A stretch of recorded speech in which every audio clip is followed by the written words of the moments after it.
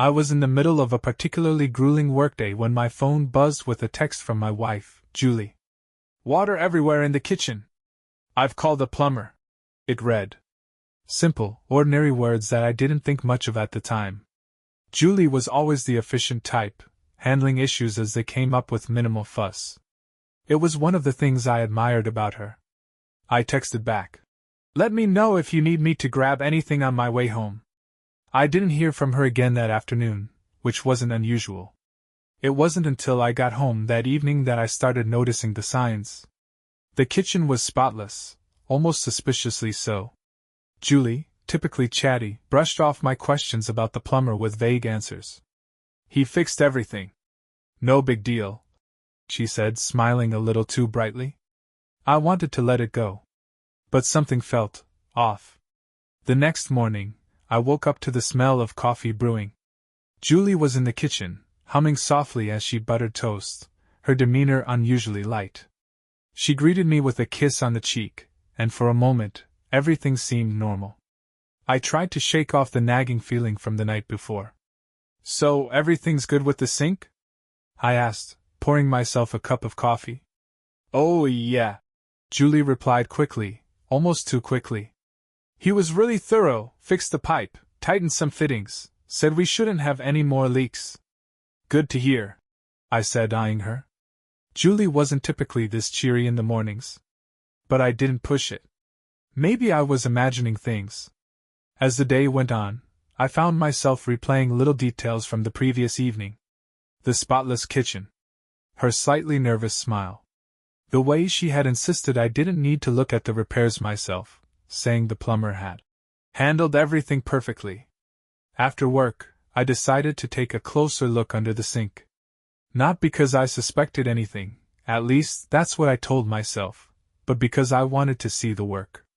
When I opened the cabinet, I noticed the pipe was shiny, almost new. It didn't match the rest of the older plumbing. Odd, but not impossible. Still, something gnawed at me. Later that evening, as Julie settled on the couch to watch one of her reality shows, I casually asked, "So, who did you call to fix the sink?"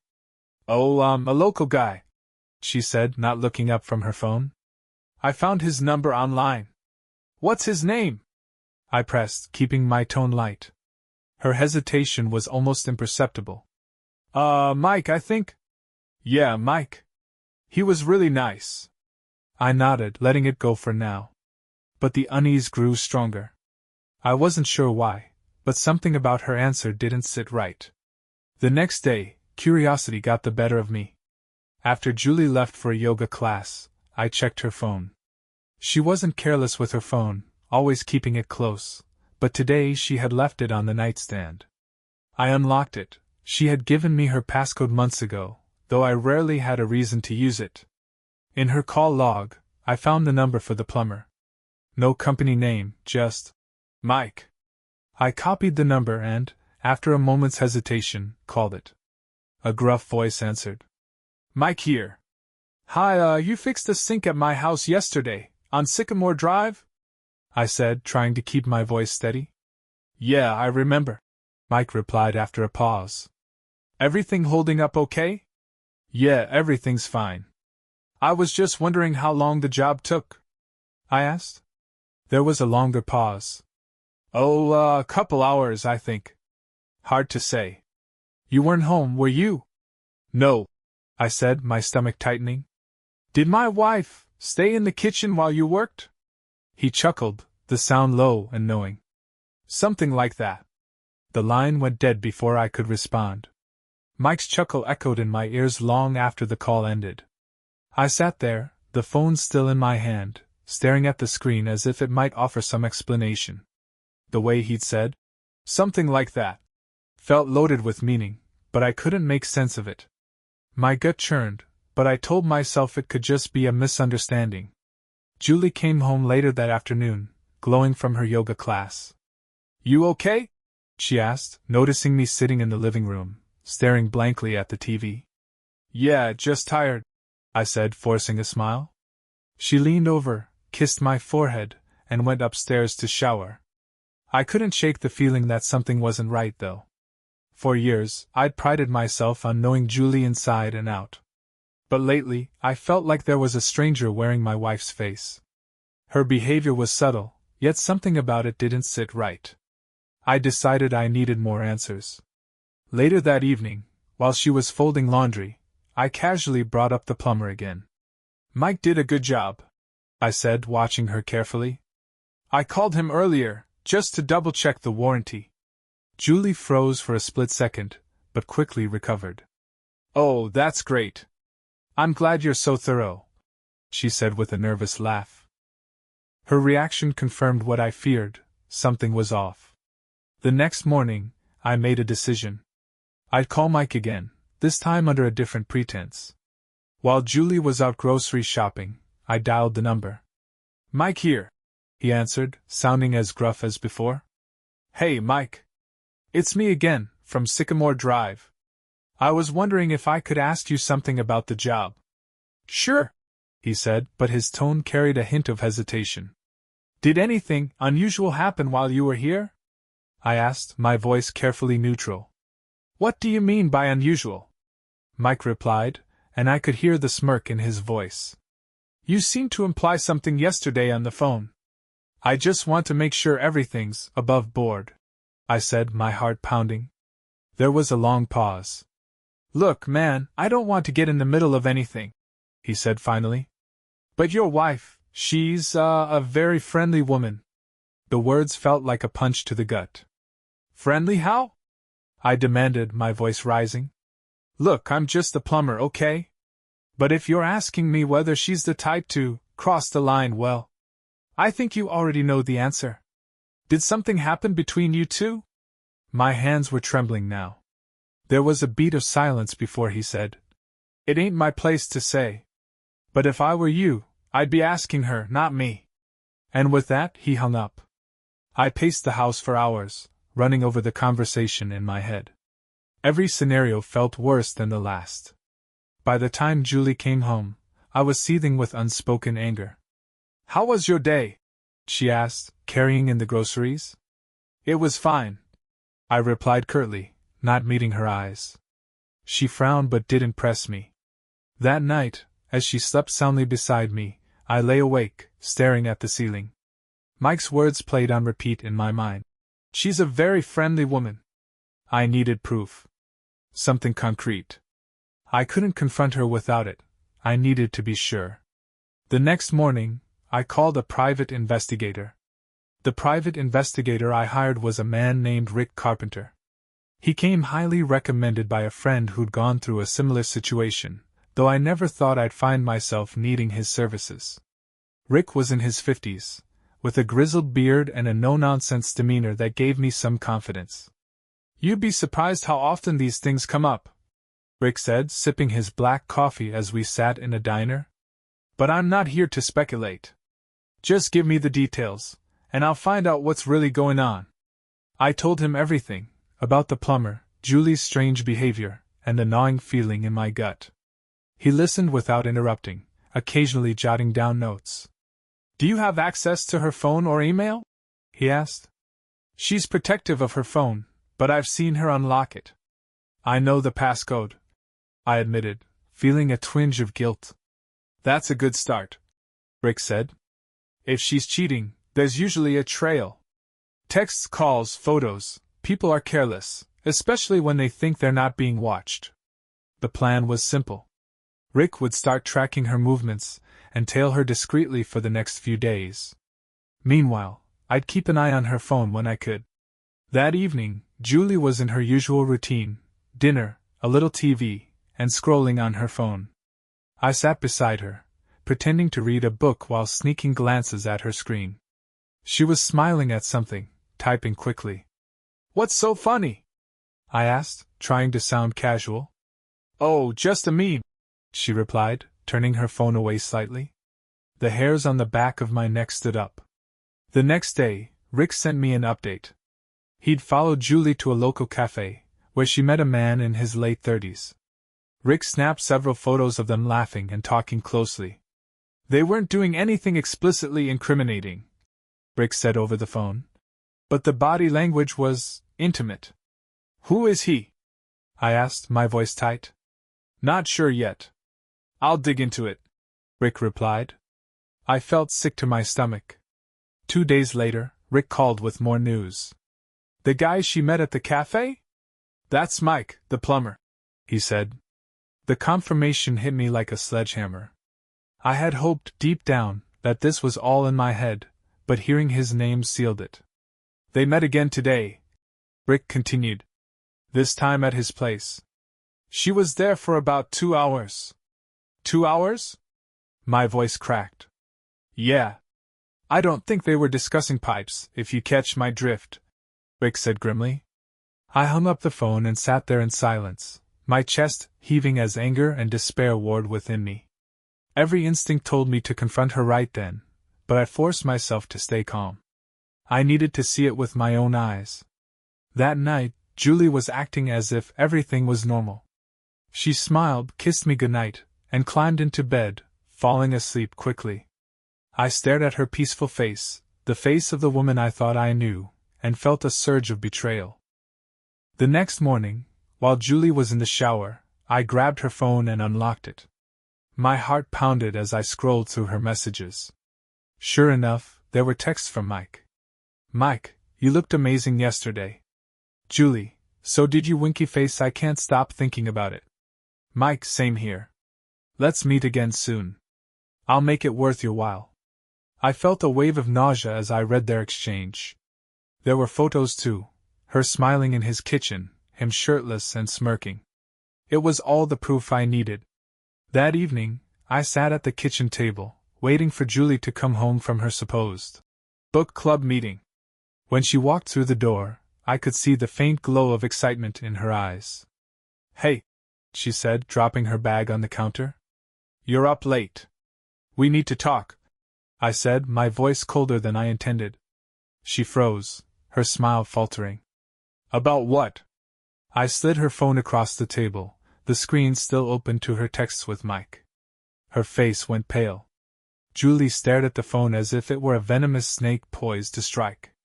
Her face flushed red, a mix of panic and guilt washing over her features. She opened her mouth to speak, but no words came out. Well? I said, my voice sharper than I intended. Do you want to explain this? Or should I call Mike and ask him for the details? Her lips parted, trembling slightly.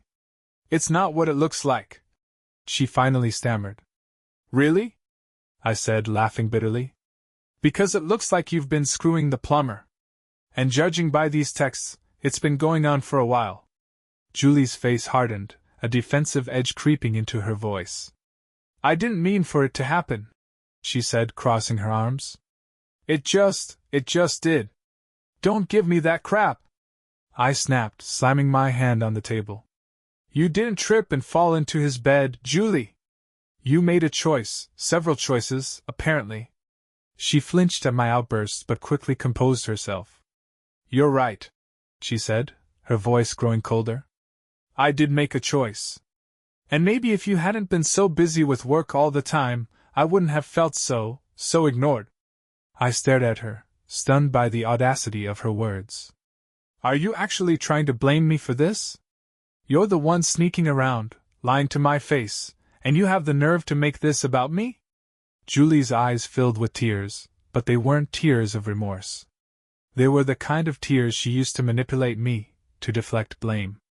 I'm not saying it's your fault, she said, her voice quivering just enough to sound sincere. But I've been so lonely, and Mike, he made me feel seen. Seen? I echoed, my voice dripping with disbelief. So you wreck our marriage for some guy who fixes pipes? That's your excuse? She glared at me, her tears vanishing as quickly as they'd appeared. You're acting like you're some perfect husband, she shot back. But you don't understand how hard it's been for me. You work late, you barely notice me anymore, what did you expect? Her words hit me like a slap to the face. For a brief moment, I questioned myself. Had I been so wrapped up in work that I'd neglected her? But then I remembered all the times I'd asked her if she was okay, all the nights I'd tried to be there for her, only to be met with cold indifference or excuses. No, I said firmly, shaking my head. You don't get to twist this around. I've done everything I could to make you happy, Julie. You're the one who decided that wasn't enough. She crossed her arms, her expression defiant. Maybe I did. And maybe I don't regret it. Her words hung in the air like a toxic cloud. I felt my blood boil, but I forced myself to stay calm. Fine, I said through gritted teeth. If you don't regret it, then you won't mind if I call the cops. Julie's eyes widened. What? Why would you call the cops? Well, let's see, I said, pulling my phone from my pocket. Mike came into this house under the pretense of working on our plumbing, and you used that as an opportunity to cheat. I'm pretty sure that's trespassing at the very least. Her face paled again. You wouldn't. Try me, I said, my voice cold and steady. Julie stormed out of the kitchen, muttering something about needing air. I let her go, my chest heaving as I tried to calm down. My hands were trembling, not from fear but from the sheer rage coursing through me. I sat at the table for what felt like hours, replaying the argument in my head. When Julie finally returned, her expression was unreadable. I need time to think, she said quietly, avoiding my gaze. So do I replied, my voice devoid of emotion. That night, I slept in the guest room. Or rather, I tried to sleep. The anger, the hurt, the humiliation, they all churned inside me, refusing to let me rest. By morning, one thing was clear, I couldn't let this slide. The next day, I called Rick. I want to know everything, I told him. Every single thing she's done with this guy. Rick didn't mince words. You sure you want to go down that road? It's going to hurt like hell. I need to know, I said firmly. Rick promised to pull out all the stops, and as I hung up, I felt a grim sense of determination. Julie might think she could manipulate her way out of this, but I wasn't going to let her.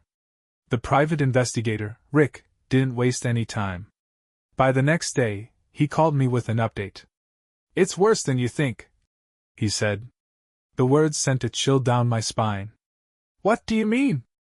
I asked, gripping the phone tightly. She's been seeing him regularly, at least twice a week, sometimes more. It's not just your house either, they've been meeting at his place, cheap motels, even your favorite diner. Our diner? I asked, my voice shaking. Yeah. It seems like she's not too concerned about being discreet, Rick replied grimly. But here's the kicker. I tailed her yesterday, and she didn't go to Mike's place. She met someone else. Someone else? My chest tightened. Who? A cop. Local guy. Looks like she's been cozying up to him too. For a moment I couldn't speak. Julie's betrayal was bad enough, but the idea of her cheating with multiple men was beyond anything I'd imagined. Do you have proof? I managed to choke out. I've got pictures, Rick confirmed. She met him at a coffee shop, then went back to his patrol car. From what I could see, things got personal. That evening, I sat at the kitchen table, my mind a storm of emotions. I'd told Julie I'd be late at work, which gave me time to look over the evidence Rick had sent.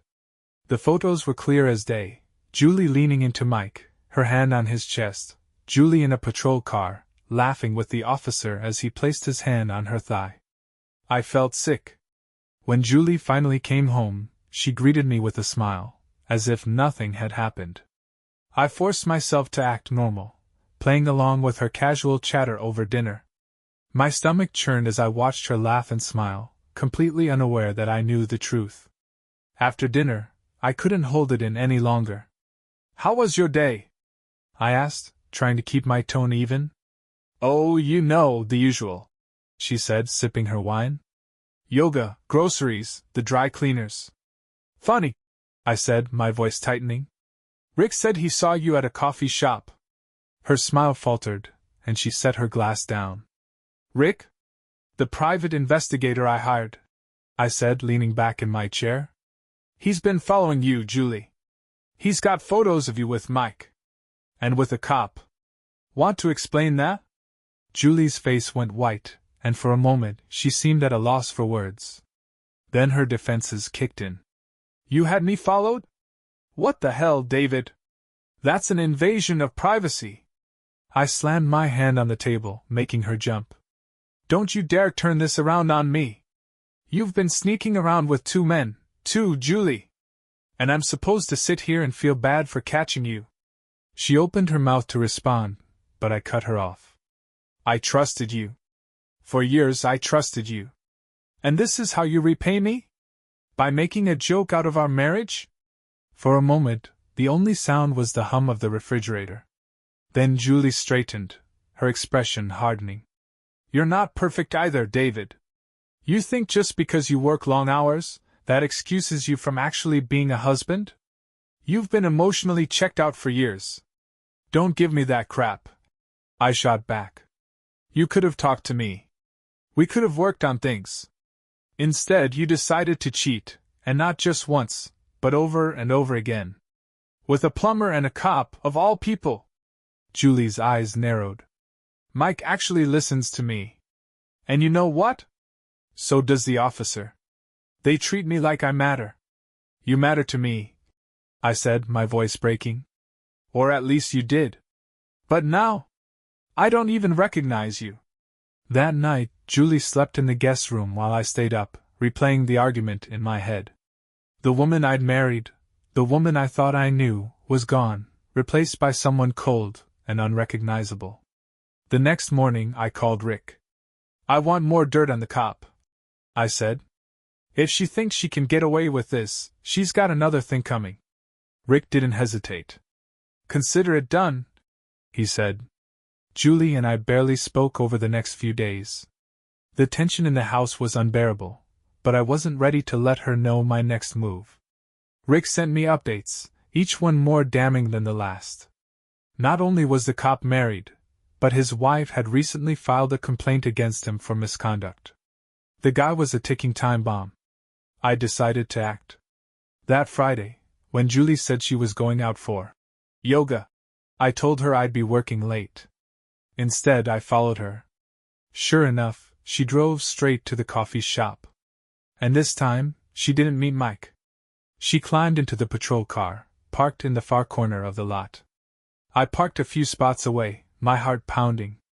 Through the windshield, I could see her leaning toward him, laughing. Then she kissed him. I snapped a photo with my phone, the sound of the shutter echoing in the silence of my car. My hands were trembling, but I felt a grim sense of satisfaction. I had her. And I wasn't done yet. The photo of Julie kissing the cop burned in my mind as I drove back home, the tension in my chest building with each passing mile. This wasn't just a betrayal, it was an insult. She wasn't even trying to hide it anymore. When I got home, the house was dark. Julie hadn't returned yet, which suited me just fine. I poured myself a drink, pacing the living room as I replayed the events of the past week. The lies, the smugness, the audacity, it was all too much. By the time Julie came home, I was sitting in the armchair, waiting. The empty glass sat on the side table, a reminder of the restraint I was struggling to maintain. "You're up late," she said as she walked through the door, a hint of guilt flashing across her face when she saw me sitting there. "Yeah," I said, my voice steady but cold. "Thought I'd wait up for you." Julie hesitated, sensing the tension. "Everything okay?" she asked, dropping her bag on the counter. "Not really," I replied, standing up. I reached into my pocket and pulled out my phone, holding it up for her to see the photo I'd taken of her in the cop's car. Her face drained of color. "David, I can explain." "Save it," I snapped, cutting her off. "I've heard enough of your lies to last a lifetime." Julie's mouth opened and closed like a fish out of water, searching for the right words. "It's not what it looks like," she finally stammered. I laughed bitterly. "That's the second time you've used that line. And it's still bullshit. How do you think this looks, Julie? You're cheating on me with a plumber and a cop. Is there anyone else I should know about? Maybe the mailman? The guy who mows our lawn? That's not fair," she shouted, her face twisting into anger. "You're acting like I'm some kind of monster.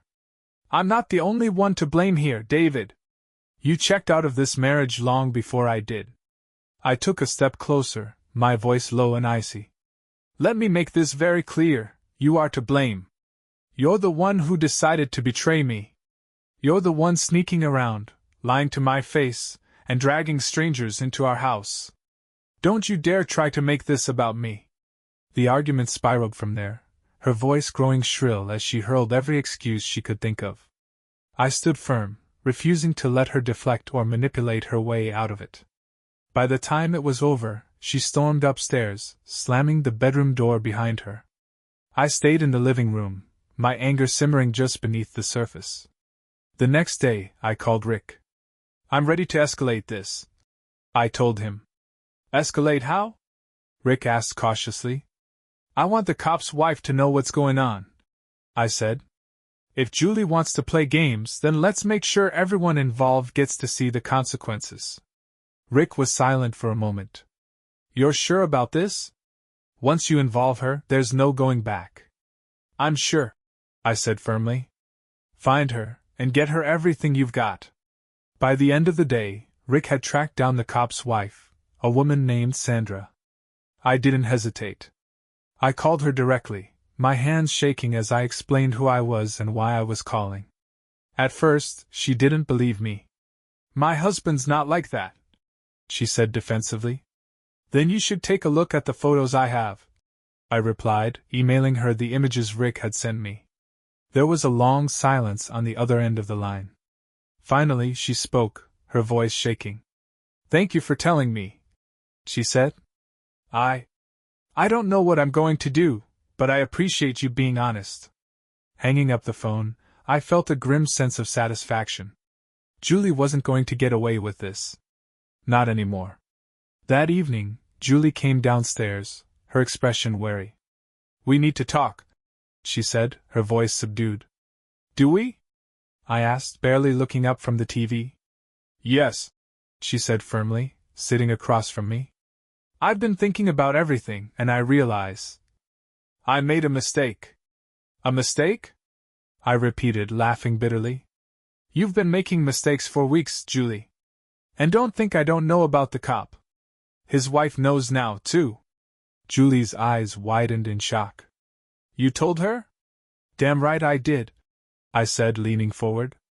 You want to destroy our marriage? Fine. But I'm not going to let you do it without consequences. She stared at me, her face a mix of anger and fear. You're blowing this way out of proportion. No, I said, standing up. You did that when you decided to betray me. I've had enough, Julie. This ends now. Julie stared at me, her mouth opening and closing as if she were searching for the right words to spin this into something defensible. But I wasn't giving her the chance. I'd played the fool long enough. This ends now, I repeated, my voice sharp and unyielding. What do you mean? She asked, her tone wary. I mean, I'm done. With you. With this sham of a marriage, I said, pacing the living room. I've already started the process. The evidence, the private investigator's reports, it's all ready to go. You can explain yourself to a divorce lawyer. Julie shot up from the couch, her face a mix of fury and panic. You can't just throw away 10 years of marriage like that. I'm not the one who threw it away, Julie. I shouted, finally letting some of the anger seep into my voice. You did that the moment you decided to sleep with Mike. And then you went and made it worse by hooking up with the cop. You're the one who destroyed this. Julie tried to salvage her argument. She pleaded, twisted her words, and even attempted to downplay the cheating. It didn't mean anything, she exclaimed, tears streaming down her face. I was lonely, David. You don't know what it's like to feel invisible. Invisible? I repeated, shaking my head in disbelief. You're unbelievable. Do you know what it feels like to sit here, working myself to the bone, thinking I'm providing for a family that actually cares? Only to find out my wife is screwing around with 2 different men? Don't talk to me about feeling invisible. She tried to reach for my hand, but I stepped back. Don't, I warned. You don't get to touch me like that anymore. The following day, the fallout truly began. Sandra, the cop's wife, had clearly wasted no time confronting her husband. Rick called me that afternoon to update me on the situation. The cop, Mark, is in deep trouble, Rick said. His wife not only confronted him but filed a formal complaint with his department. It turns out there's a history of misconduct on his record, and this might be the last straw for him. A grim sense of satisfaction welled up inside me. Good, I muttered. Julie's name is all over the complaint, by the way, Rick added. It's not going to stay private for long. The thought made me pause. While I wanted Julie to face the consequences of her actions, the idea of her being publicly dragged into a scandal felt heavy. Still, it wasn't my mess to clean up anymore. She'd made her choices. That evening, Julie confronted me again. Sandra's filing a complaint against Mark, she said, her voice shaky. I know, I replied flatly. She blinked, caught off guard. You knew? I told her. I said bluntly, watching her face twist with shock and betrayal. You had no right, she spat, her voice rising. I had every right. I shot back. You dragged me into this mess. You humiliated me. Did you really think there wouldn't be consequences? Julie's fury gave way to tears. You've ruined everything, David, she sobbed. No, Julie, I said, my tone icy. You ruined everything the moment you decided I wasn't enough for you. Don't blame me for exposing the truth. Over the next few days, Julie's life began to crumble. Her phone buzzed constantly with messages, some from Mike, who was furious about being exposed, and others from mutual friends who had clearly caught wind of the situation. She spent hours locked in the guest room, pacing and muttering into her phone as she tried to contain the damage. Meanwhile, I met with my lawyer to finalize the divorce paperwork. I'd already decided I wasn't going to fight dirty, just clean. The evidence Rick gathered was enough to ensure a swift and favorable outcome for me, and I wanted out of this marriage as quickly as possible. The only thing that gave me pause was the house. I didn't want to leave it. This was my home, the place where I'd built a life.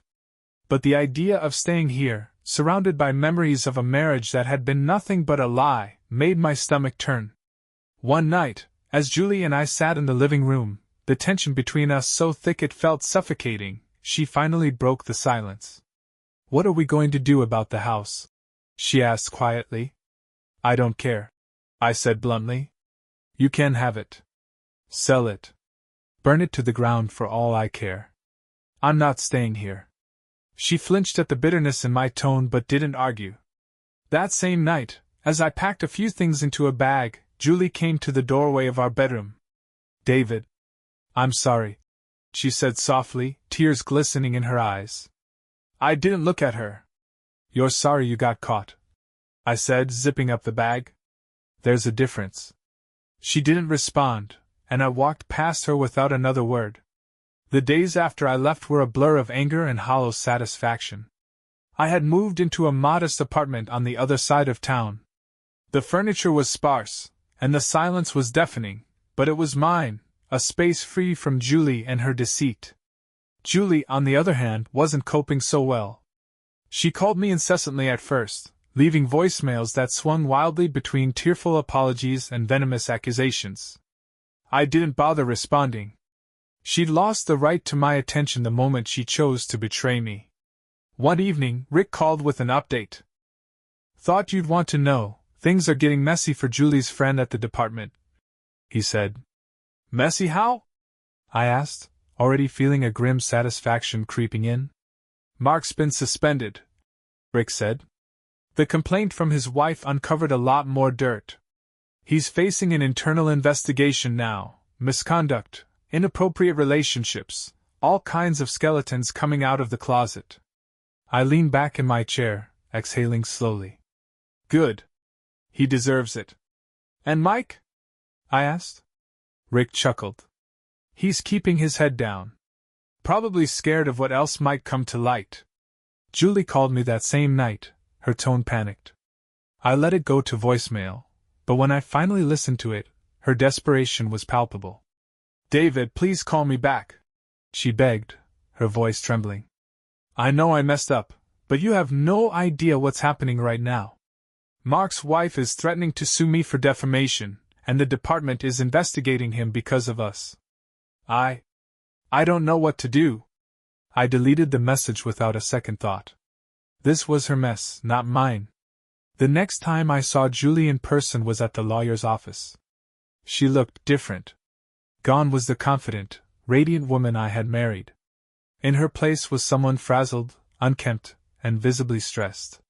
She barely made eye contact as the lawyer went over the terms of our divorce. My lawyer had ensured that I came out of it clean.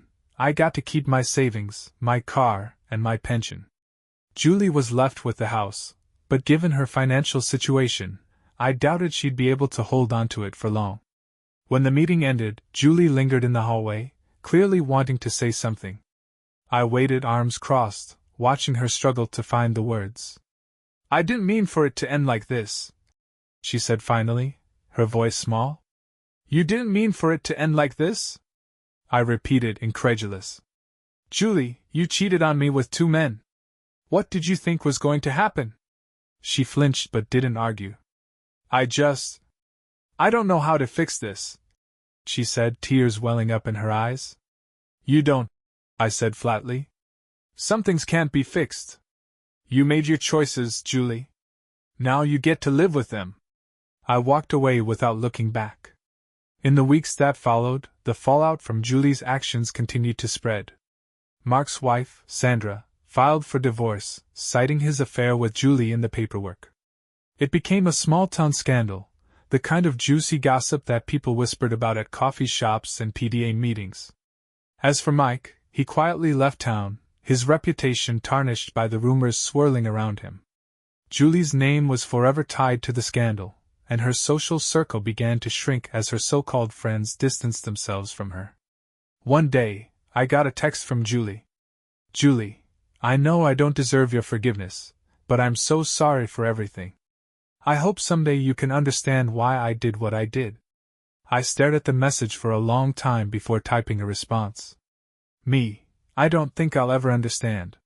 But I hope you find whatever it is you're looking for. It was the truth. I didn't hate her anymore, I just felt nothing. The last I heard, Julie sold the house and moved to a smaller apartment downtown. I heard through the grapevine that she was trying to start over. But the damage to her reputation and her life was already done. As for me, I was finally free. The apartment was small, the furniture was cheap, and the nights were lonely. But I'd take that over living a lie any day. Months passed, and life began to settle into a new rhythm. I'd grown accustomed to the quiet of my apartment, to nights spent alone with nothing but the faint hum of the refrigerator for company. It wasn't much, but it was peaceful. And for the first time in years, I felt a strange sense of clarity. Julie, on the other hand, wasn't doing so well. Word got around that she'd been fired from her job. Whether it was due to the scandal or just bad luck, I didn't know, and I didn't particularly care. She'd been trying to reach out less often, her attempts to mend fences growing increasingly sporadic as it became clear I wasn't interested.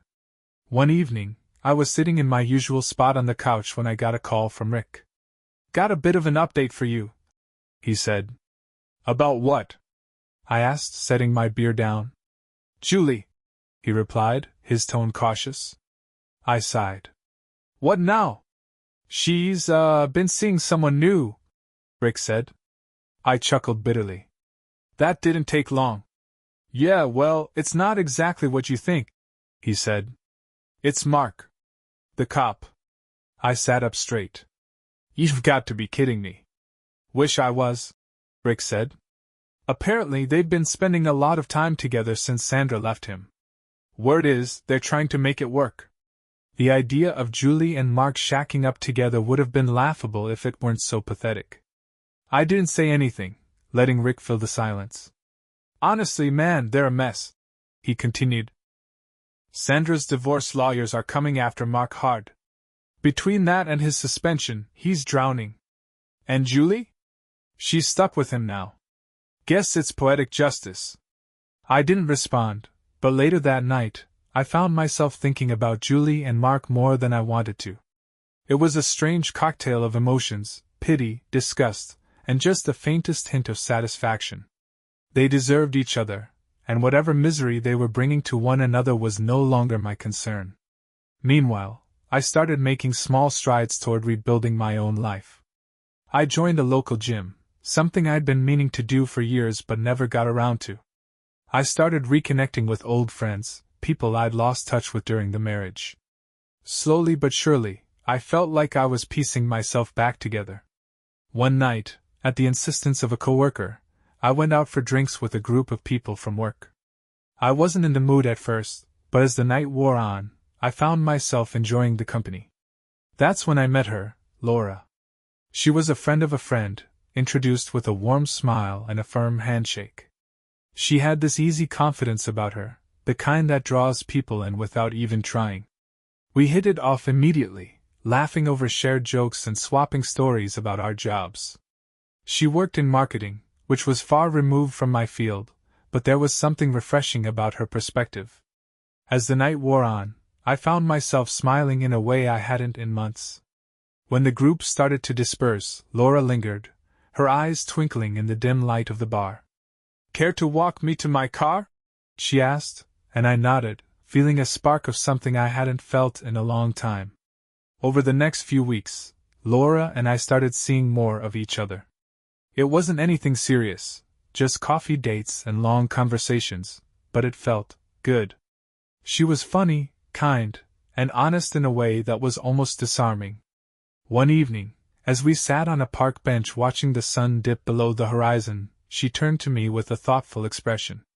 "You're carrying something heavy," she said softly. I didn't reply right away. Instead, I stared out at the horizon, letting her words sink in. "Yeah," I said finally. "But I'm trying to put it down." She smiled, placing her hand on mine. "Sometimes it takes a little help to do that." For the first time in a long while, I felt like there might be hope for the future. Julie's betrayal had broken me, but maybe, just maybe, it didn't have to define me. The weeks turned into months, and my life began to feel like it was truly my own again. Laura and I continued to see each other casually, though neither of us rushed to label what we had. It was unspoken but understood. We were two people trying to heal, and for now, that was enough. Meanwhile, Julie's life continued to spiral. I heard bits and pieces through mutual acquaintances and occasionally Rick. She was still living with Mark, though their situation was less than idyllic. His career was effectively over, and between Sandra's legal actions and his mounting financial troubles, the weight of his decisions was catching up to him. One day, Rick called with an update. "You won't believe this," he said, his tone carrying a hint of amusement. "What now?" I asked, bracing myself for another ridiculous twist. "Mark got arrested," Rick said, laughing. "Domestic disturbance. Apparently, he and Julie got into it, and a neighbor called the cops. It's all over town." I couldn't help but laugh, though it was more out of disbelief than amusement. "I guess it was only a matter of time," I said. Rick chuckled. "You dodged a bullet, my friend. Let them tear each other apart." The thought of Julie and Mark screaming at each other in a rundown apartment was almost comically tragic. For years, I'd believed that my marriage to Julie was unbreakable, that we had something special. Now, she was living in chaos, and I was finally free of it. Laura and I were out for coffee one afternoon when Julie's name came up for the first time. "Can I ask you something?" Laura said, stirring her latte. "Of course," I replied, setting my cup down. She hesitated, her expression thoughtful. "Why did your marriage end?" I tensed slightly, but there was no judgment in her tone, only curiosity. Taking a deep breath, I told her everything: the plumber, the cop, the betrayal. I left out the grittier details but gave her enough to understand the magnitude of what had happened. When I finished, Laura reached across the table and placed her hand over mine. "I'm sorry you went through that," she said softly. "Thanks," I said, my voice steady. "But I'm glad it's over. I didn't realize how toxic things had become until I got out." She smiled, her eyes warm. "Well, for what it's worth, I think you're stronger than you give yourself credit for." Her words stuck with me long after our date ended. A few weeks later, I ran into Julie. It was at the grocery store, of all places. I was picking up a few things for dinner when I saw her down the aisle, staring blankly at a shelf of pasta. She looked tired. Her hair was unkempt, her clothes were wrinkled, and the spark she once carried was completely gone. When she spotted me, her face lit up in a way that caught me off guard. "David," she said, her voice almost eager. "Julie," I replied coolly. "How are you?" she asked, stepping closer. "I'm fine," I said. "How about you?" Her smile faltered. "It's been tough," she admitted. "Mark and I, well, things aren't exactly working out." I nodded, unsurprised. "I heard." Her face flushed, and she looked down at the floor. "I made a lot of mistakes," she said quietly. "Yeah," I said simply, refusing to offer her any comfort. She looked up at me, her eyes pleading. "Do you think we could ever fix things? You and me?" Her question hit me like a punch to the gut, but my answer came easily. "No, Julie. We can't." Her shoulders slumped, and she nodded, as if she'd been expecting that answer. "I'm sorry, David," she said, her voice barely above a whisper. "So am I replied, turning and walking away. That encounter was the closure I hadn't realized I needed. For so long, Julie had occupied a corner of my mind, a lingering ghost of what we once had. But seeing her like that, broken, lost, finally allowed me to let go. Later that evening, as I sat with Laura on my tiny apartment balcony, watching the city lights twinkle in the distance, I realized I felt something I hadn't felt in years: peace. "Penny for your thoughts?" Laura asked, nudging me gently. I smiled, turning to her. "Just thinking about how far I've come," I said. She raised her glass in a mock toast. "To new beginnings, then." "To new beginnings," I echoed, clinking my glass against hers. For the first time in a long time, I believed it. A few months after my run-in with Julie at the grocery store, life had settled into a calm, almost predictable routine. I spent my evenings with Laura, who continued to be a source of light and warmth in my life, and my days focused on work and hobbies I had neglected during my marriage. But Julie's presence lingered in the background, like an itch I couldn't quite scratch. Every so often, I'd hear about her through mutual friends, or the occasional update from Rick. One day, Rick called me out of the blue. "You're not going to believe this," he said, his voice tinged with disbelief. "What now?" I asked, bracing myself. "Julie's reached out to Sandra," he said. I frowned, confused. "Sandra? As in Mark's ex-wife?" "Yep," Rick said. "From what I can gather, she's trying to make amends." I laughed bitterly. "And how's that going for her?" "Not great," Rick replied. "Sandra's not having it. She told Julie to go to hell, and now Julie's been going around saying she's the real victim in all this." "The real victim?" I repeated, incredulous. "You've got to be kidding me." "I wish I was," Rick said. "But honestly? She's just digging herself deeper. Nobody's buying her sob story anymore." Hearing that Julie was trying to paint herself as a victim was infuriating, but it also confirmed something I'd suspected for a while. She wasn't sorry for what she'd done. Not really. She was sorry she got caught. A week later, I got a call from Julie herself. I almost didn't answer, but curiosity got the better of me. "What do you want, Julie?" I asked, my tone sharp. "I need your help," she said, her voice trembling. I sighed, already regretting answering the call. "With what?" "It's Mark," she said. He's become violent." The words hit me like a punch to the gut. As much as I despised Julie, the thought of her being in danger made my stomach churn. "What do you mean, violent?" I asked carefully. "He's been drinking a lot since he lost his job," she said. "And the other night Her voice broke, and I could hear her sobbing on the other end of the line. "He hit me, David. I didn't know who else to call." I closed my eyes, trying to process what she was saying. Part of me wanted to tell her this wasn't my problem, that she'd made her bed and now she had to lie in it. But another part of me, The part that still remembered the good times we'd had. The part that couldn't ignore someone in need, couldn't just brush her off. "Are you safe now?" I asked, my voice softening slightly. "I think so," she said. "He left the apartment, but I don't know when he'll be back." "Call the police, Julie," I said firmly. "You need to get out of there." "I can't," she said, her voice rising in panic. "What if they don't believe me? What if he comes after me?" "Then go to a shelter," I said. "There are places that can help you. But I can't get involved in this." She was silent for a long moment. Finally she said, "I understand. I thought you'd care." I bit back the anger rising in my chest. "I do care, Julie. But I'm not your safety net anymore. You need to take responsibility for your choices." She didn't respond, and after a few moments the line went dead. That night, I told Laura about the call. She listened quietly, her expression thoughtful.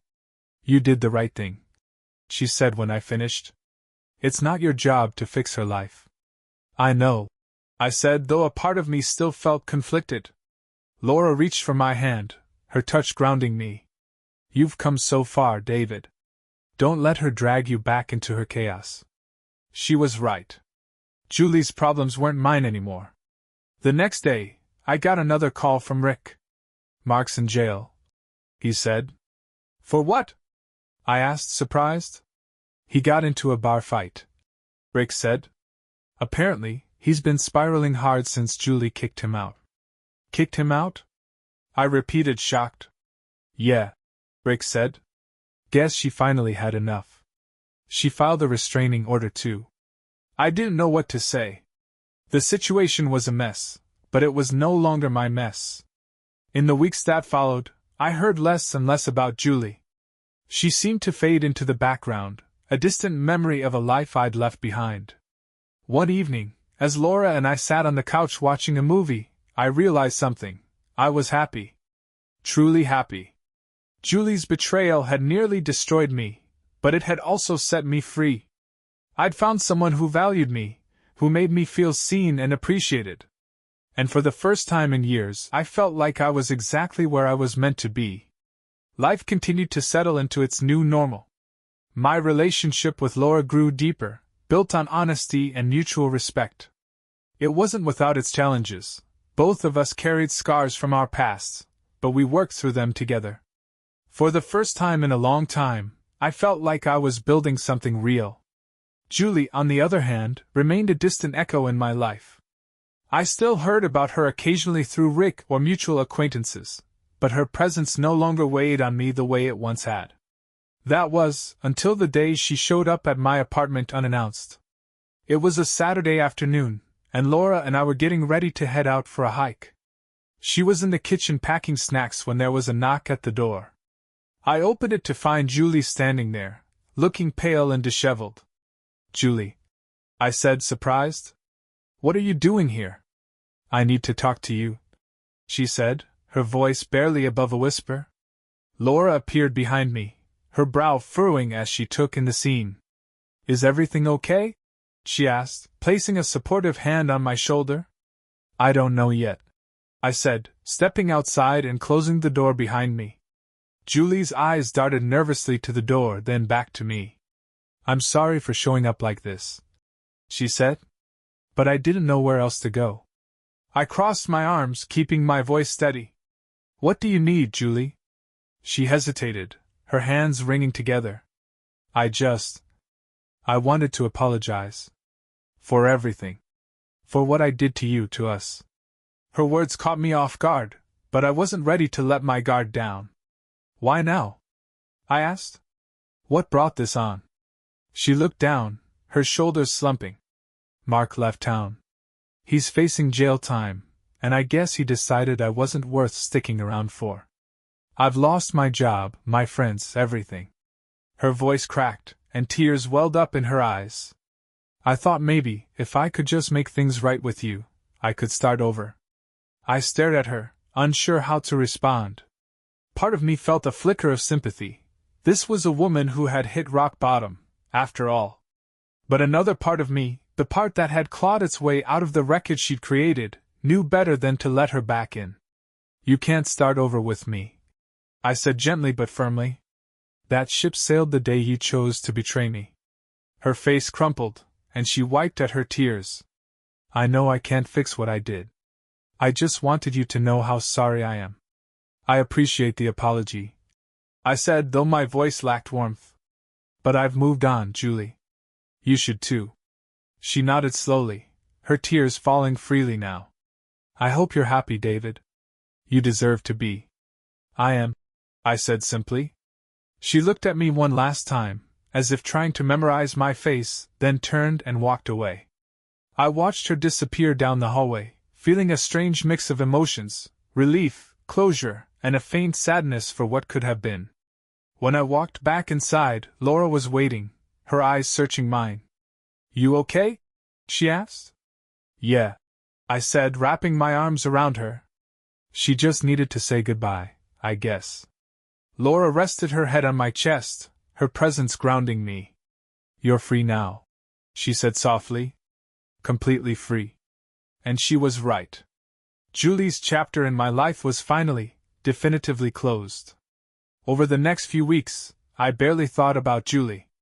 Life with Laura was fulfilling, and for the first time in years, I felt like I was living, not just surviving. We started talking about the future, travel plans, career goals, and even the possibility of moving in together. One evening, as we sat on my tiny balcony watching the city lights twinkle, Laura turned to me with a smile. "I feel like we're building something really good here," she said. I took her hand in mine, feeling the warmth of her touch. "We are," I said. "And this time, it's built on a solid foundation." She laughed, leaning her head against my shoulder. "Here's to second chances," she said, raising her glass. "To second chances," I echoed, feeling a sense of peace I hadn't known in years. The days after Julie's final visit felt lighter somehow. There were no more surprise calls, no lingering what-ifs, and no unresolved emotions tying me to the past. Her apology, though late and incomplete, had provided the closure I hadn't realized I needed. Life with Laura continued to flourish. We found comfort in each other's company, and the laughter and ease that filled our relationship were a stark contrast to the tension and bitterness I'd grown used to during the end of my marriage. One Saturday morning, as we lounged on the couch drinking coffee, Laura turned to me with a hesitant smile. "So, I was thinking." "Oh," I teased, setting my mug down. "Should I be worried?" She nudged me playfully. "No, it's nothing crazy. I was just wondering if you'd ever consider moving in together. Not now, but maybe in the future." Her words caught me off guard, but in the best possible way.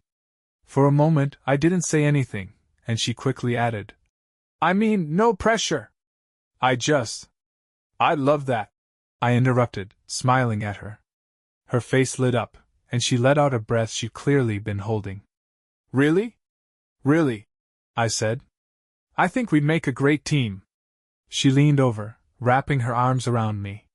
"You make me really happy, you know that?" "You make me happy too," I said, meaning every word. In the months that followed, we began making plans for our future. We spent weekends visiting open houses, imagining what our life together might look like. It was exciting, hopeful, and everything I hadn't realized I was missing. Meanwhile, Julie's life seemed to fade from relevance entirely. I heard through Rick that she'd moved out of town, hoping for a fresh start somewhere far away from the scandal and the wreckage of her decisions. I didn't feel anger or resentment anymore, just a detached sense of pity. She had made her choices, and now she was living with the consequences. One evening, as Laura and I were unpacking groceries in her apartment, my phone buzzed with a notification. It was an email from Julie. I hesitated, staring at the screen. Laura noticed and gave me a curious look. "Everything okay?" "Yeah," I said, though my voice wavered slightly. "It's from Julie." Her expression softened. "Do you want to read it?" I nodded, opening the email. It was short, only a few sentences. "Hi, David. I just wanted to say thank you for listening to me that day. I'm working on myself, and I've started therapy. I know I can't undo the past, but I'm trying to be better. I wish you all the happiness in the world, you deserve it. Take care. Julie. I stared at the words for a long moment before closing the email. What did she say? Laura asked gently. She's trying to move on, I said. And she wishes me well. Laura reached out, resting her hand on mine. How do you feel about that? I thought about it for a moment. I feel at peace, I said finally. For the first time, I feel like everything's where it's supposed to be. She smiled, leaning in to kiss me. That's all that matters. As we settled in for the evening, watching a movie and sharing a bottle of wine, I couldn't help but feel grateful.